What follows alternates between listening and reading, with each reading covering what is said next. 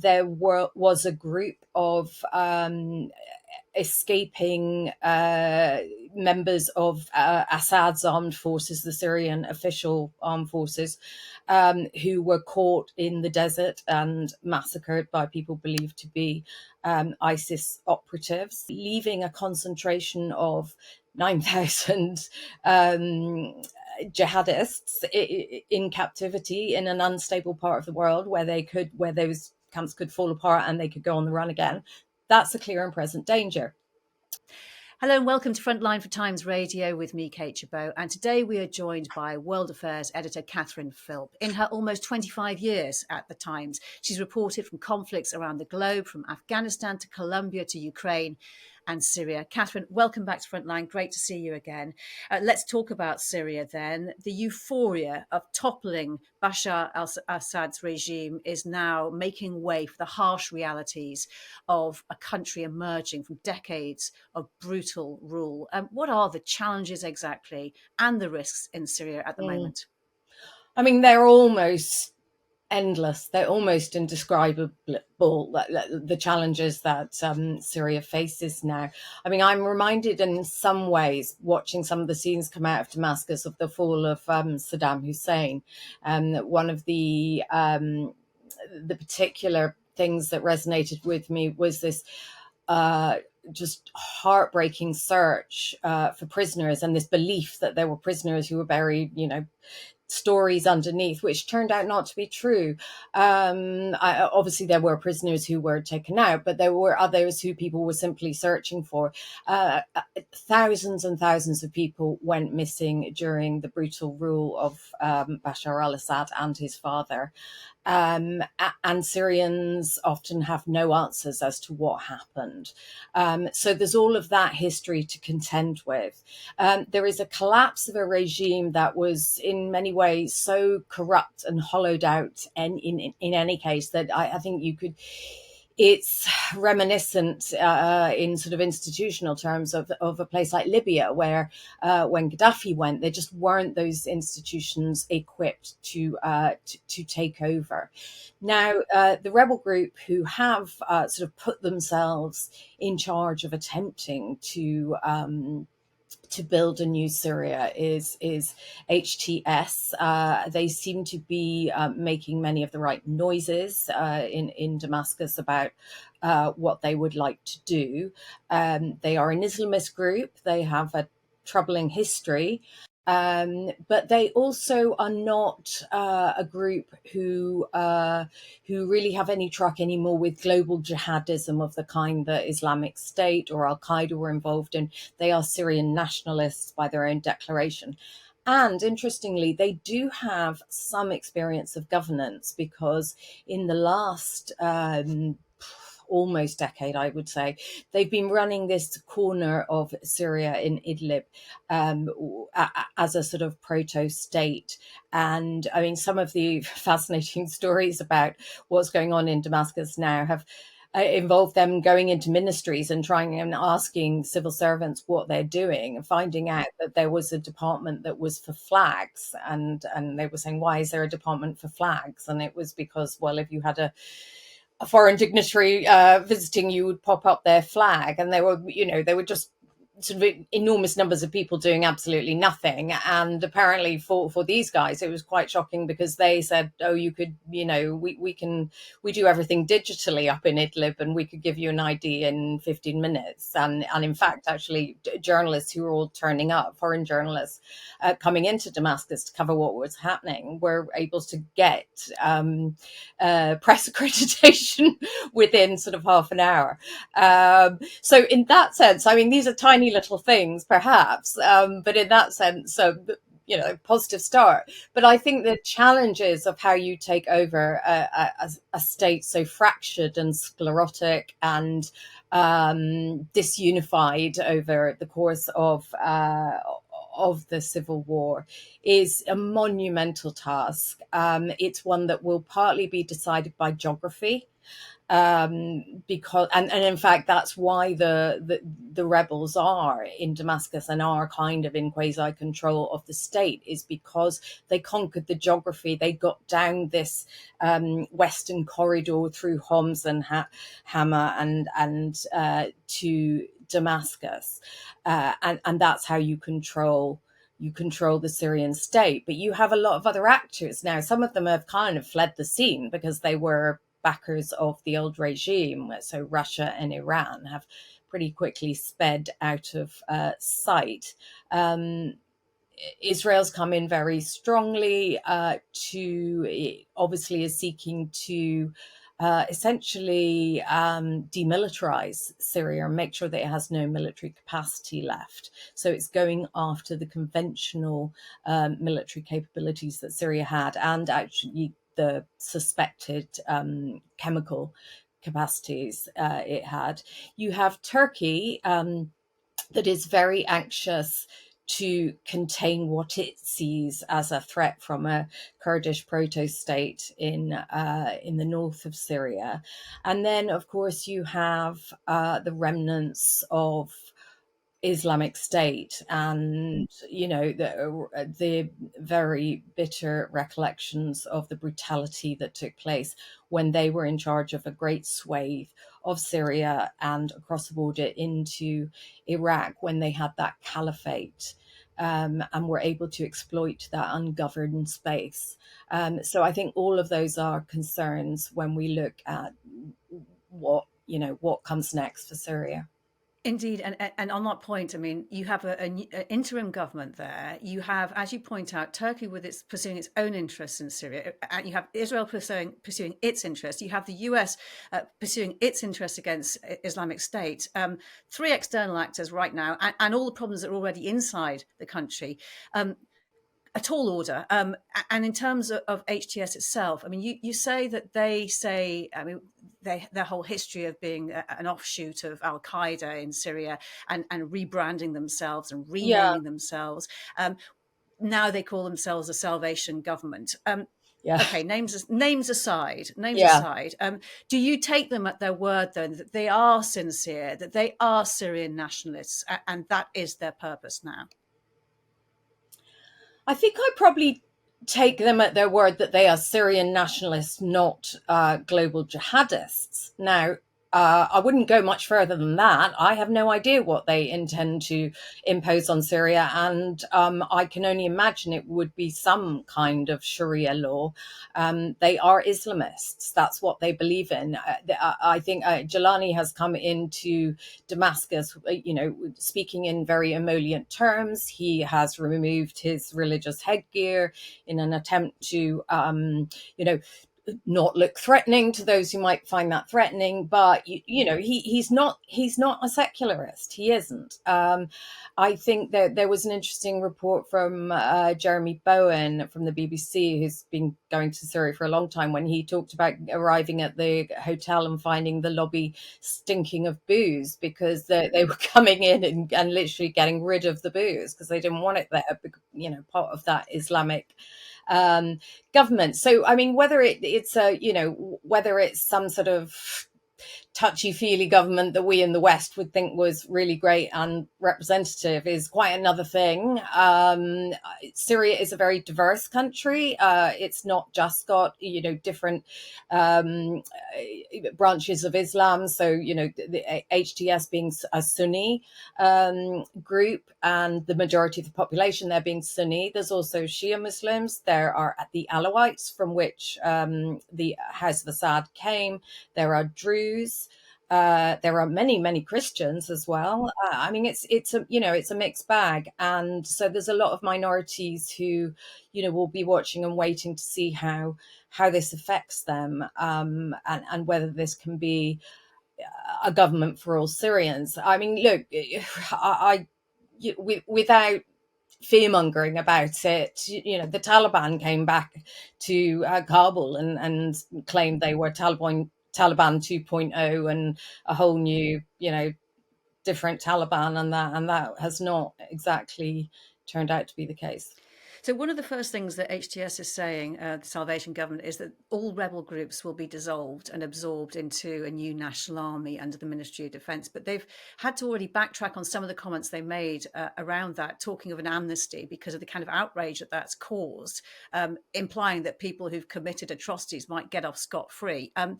How can they do this? Is it actually possible to absorb these groups into a unified army? And which groups are we talking about anyway? Well, I mean, Syria has been one of the most complex battlefields in the Middle East in the last, since the uprising began in 2011. The constellation of different groups, the alliances between them, and then the rivalries and the animosities that broke out. Just a constant shifting collection of interest there. I think it will be really, really difficult. And it's not just up to HTS. It's up to, as it ever has been in Syria, it's going to also be, to some degree, up to the muscle that these external actors wish to flex. And I mean, I think the one we really have to watch is Turkey. Israel will take action in its own interest, primarily, I think, against the sort of the remnants of the Assad regime, or anything like that might reconstitute. Now, obviously, Israel is no fan of ISIS, so I guess I think it would also take action against them, although it's probably more relying on the US to take care of that. And the US is also relying on the Kurds to help it with that. And Turkey is working against those interests. So, everyone has got that. Not everyone's interests are aligned here. And I think that is going to be a problem. And you write in the Times that Assad's downfall could trigger the comeback of Islamic State. What is the ISIS presence in Syria right now? How many militants are there, and where are they? Well, there are certainly ISIS militants who are on the loose, as it were, who are active. We've had reports in recent days of the black flag of ISIS that I think we all remember from their rampages into places like Mosul, being flown again and even taken through Christian neighborhoods in places like Homs. I think it was a clear attempt to intimidate those people. There was a group of escaping members of Assad's armed forces, the Syrian official armed forces, who were caught in the desert and massacred by people believed to be ISIS operatives.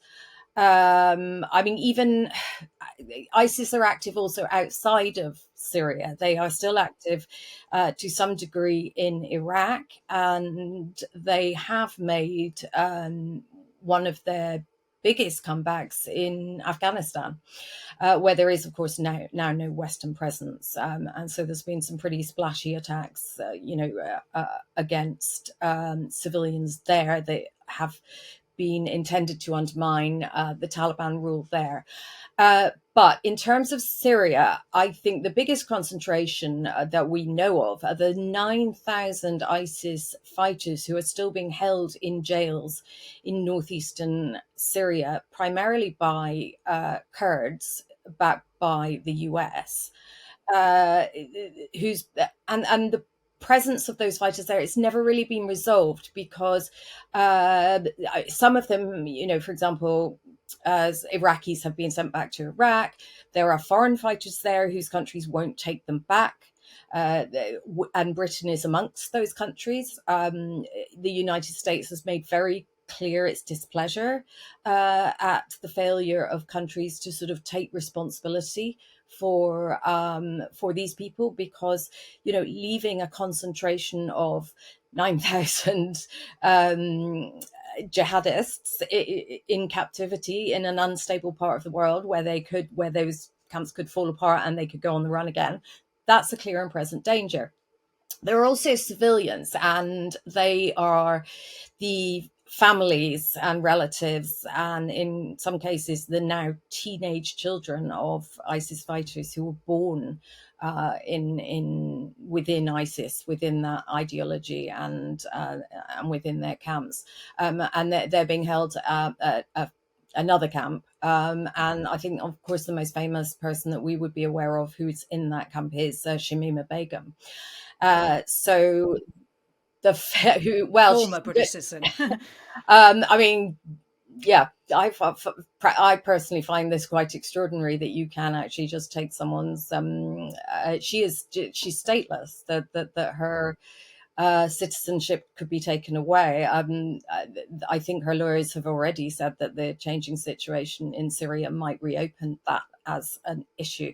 But nonetheless, those people are there. Now, the other people that we might have to worry about are, so when we saw some of those very moving scenes from Damascus of people being released from prison, many of those are entirely innocent civilians who opposed Assad and who were locked up for that as dissidents, as enemies of the state. And to see them go free, is an extraordinary thing, a very moving thing, and very heartrending. Amongst the people in those jails will be also jihadists who opposed the Assad regime. And I think it's pertinent to remember that in 2011, when the uprising began against Bashar al-Assad, one of his strategies to discredit the rebels, to discredit those rising up against him, was to open the jails and let all these jihadists out, so that they then went and joined that uprising, and he was able to go, look at these horrible people. They are a threat to the West. They are a threat to all of us, and only I can protect the minorities in Syria, and these are dangerous people.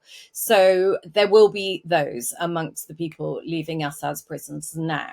But I would say, primarily I think we should be thinking about those people who are under Kurdish custody right now, and looking at how the US and Turkey between them are going to resolve what happens to those people. Yeah, I'll ask you about that in a moment. But just to the point about the release from the Damascus jail, for example, I mean, it's been done. The doors have been opened. Those jihadists that you speak of are already out. I mean, is there anything that HTS should or could be doing right now to prevent the threat being posed, or the potential threat being posed by some of those prisoners?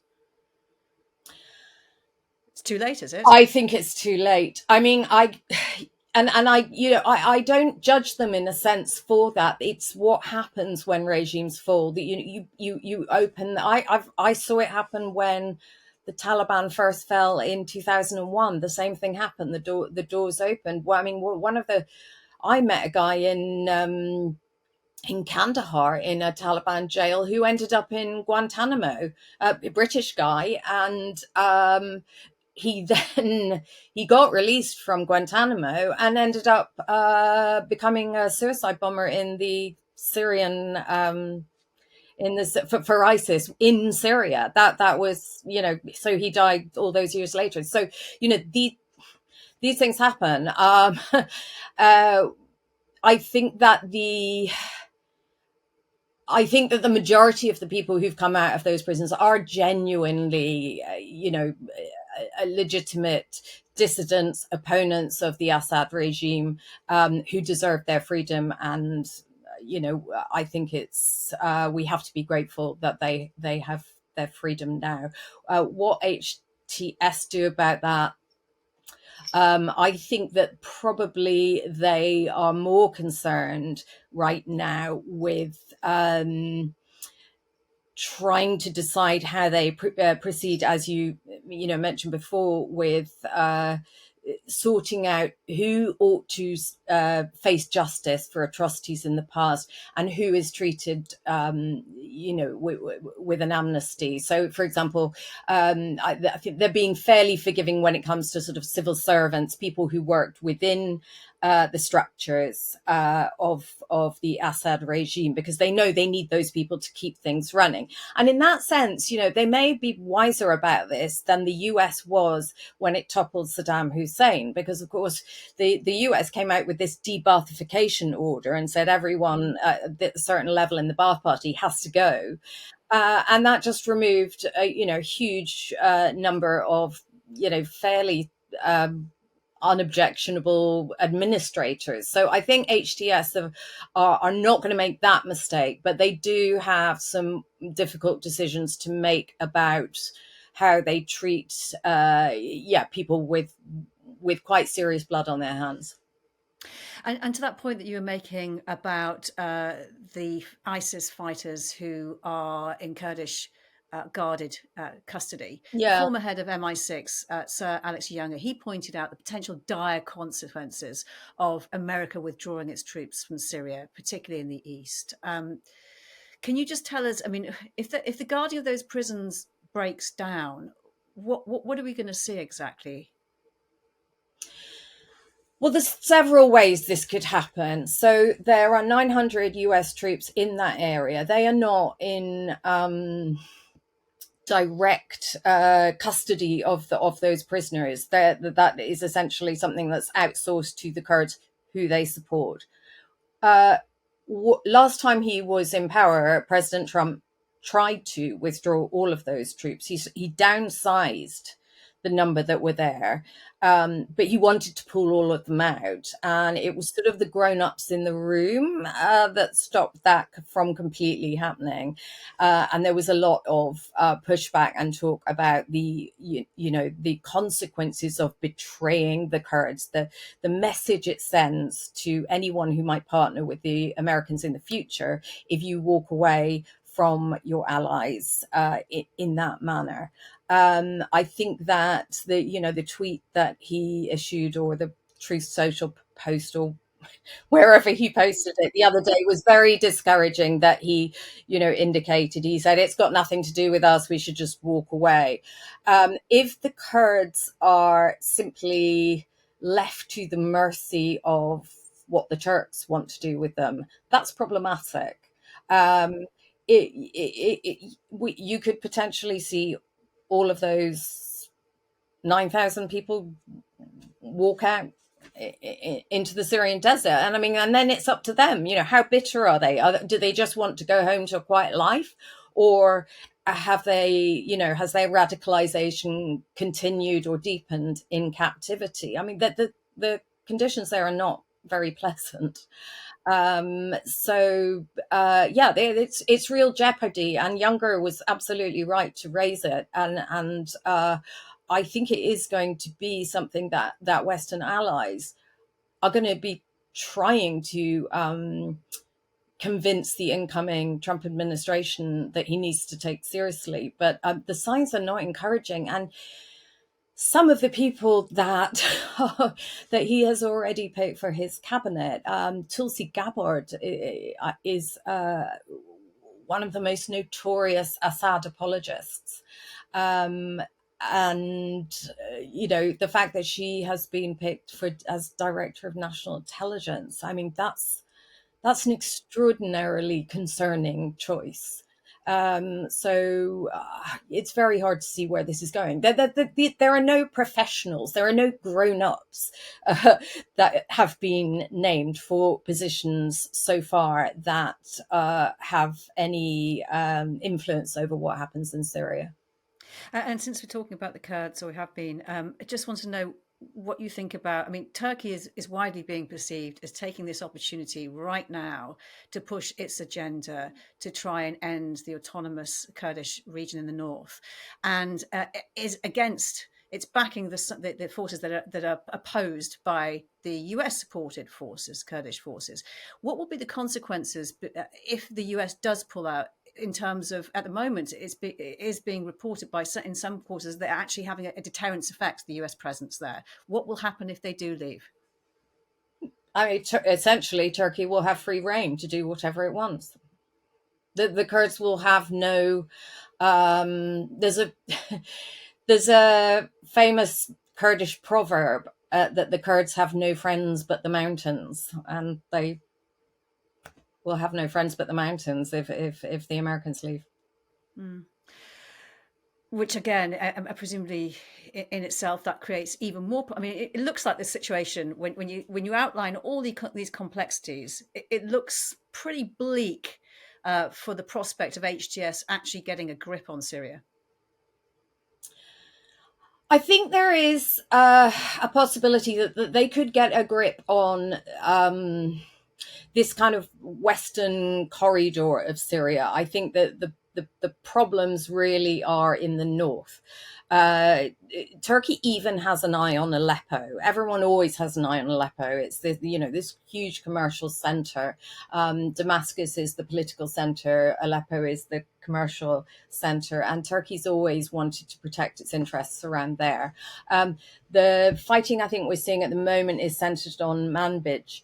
That I think will determine what goes down between the essentially the Turkish proxy, the Syrian proxies for the Turks that are there. I mean, the Turks may even put more of their troops in, but they also have these Syrian proxies working for them against the Kurds. So I think that that's where the main issues will be.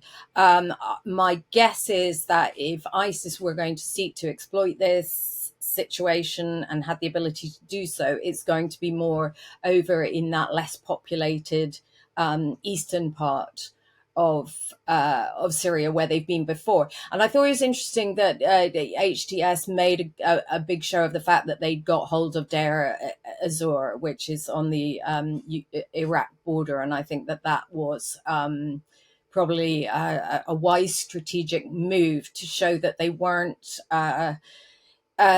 just confined to one area of Syria, and which has been really the issue with Syria all along. It's kind of a prisoner of its own geography, because it just has lots of areas of ingress from people who wish to come in and pursue their own interests, and not very many areas in which to defend itself from those. And back to your article about the threat posed by IS, and the US is responding by bombing raids in central Syria. Israel's conducting its own airstrikes on military capabilities that it thinks could fall into the hands of jihadists, including the chemical weapon components. I mean, that alone won't be enough, will it? What else needs to be done? And do you think how great do you think the threat is? I think anyone who has a crystal ball on what's going to happen in Syria, I would be very distrustful of. Post-conflict situations, and we're not even post-conflict. It's still we're just in a new phase of this conflict. They're very difficult to predict.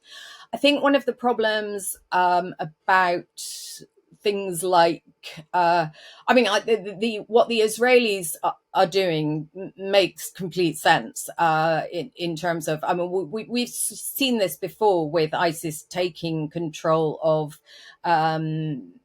equipment ISIS were riding around in American donated Humvees and armored vehicles and stuff in Iraq that they'd taken from troops there. So there is a wisdom in trying to take out kit that might fall into their hands.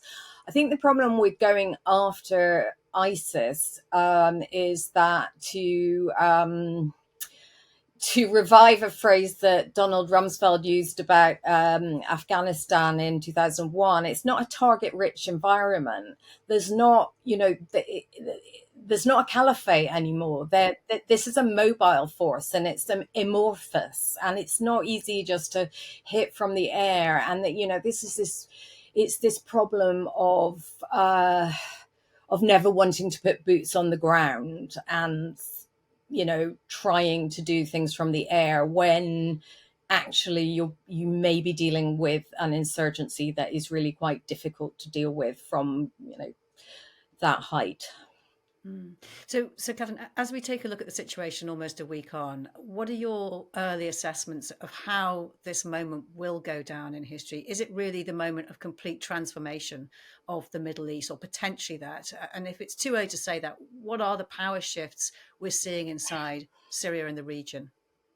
I mean, I think we are in a process of extraordinary transformation. I think one of the interesting parts of this story is the battle already of narratives that's breaking out over who takes the credit. I think that's to me that's quite.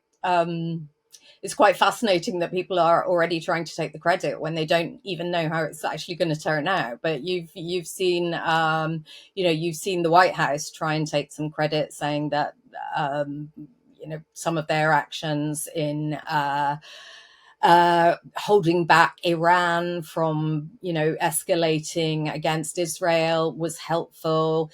Benjamin Netanyahu thinks it was all his own doing. He's actually been slapped down for that by his own opposition, saying that that's really not helpful. It's always it's difficult in these situations. If you try to take credit for something, some transformation like that, and you are an enemy of, or you are perceived as an enemy of the people involved, like HTS. The HTS don't want Israel taking credit for the fact that they've taken control. That doesn't help them. So yeah, I think it is an absolutely transformational moment. Now, primarily because of what it means for Iran. I think it's probably the most transformational moment that we've seen since 2003, because at that point, the Americans, when they invaded Iraq, unwittingly or failing to listen to the right people, they actually removed this bulwark against Iran, and that allowed Iran's rise within the region, and it that had gone, and so Iran was able to extend its influence to a degree it never had before. The loss of Iran's client regime, the Assad regime in Syria, is an enormous blow, and it's partly again about this geography. So, Syria was it was the place where Iran would hand over missiles to Hezbollah, who could take them into Lebanon and use them against Israel, or use the threat of them against Israel. So in that sense, that option, that proxy that Iran has had in the form of Hezbollah, the link between the geographical link between them is broken now. Now, that could go two ways. That could see the demise of Iranian influence throughout the whole region. It could see Iran think, well, we've got no option but to get a nuclear bomb.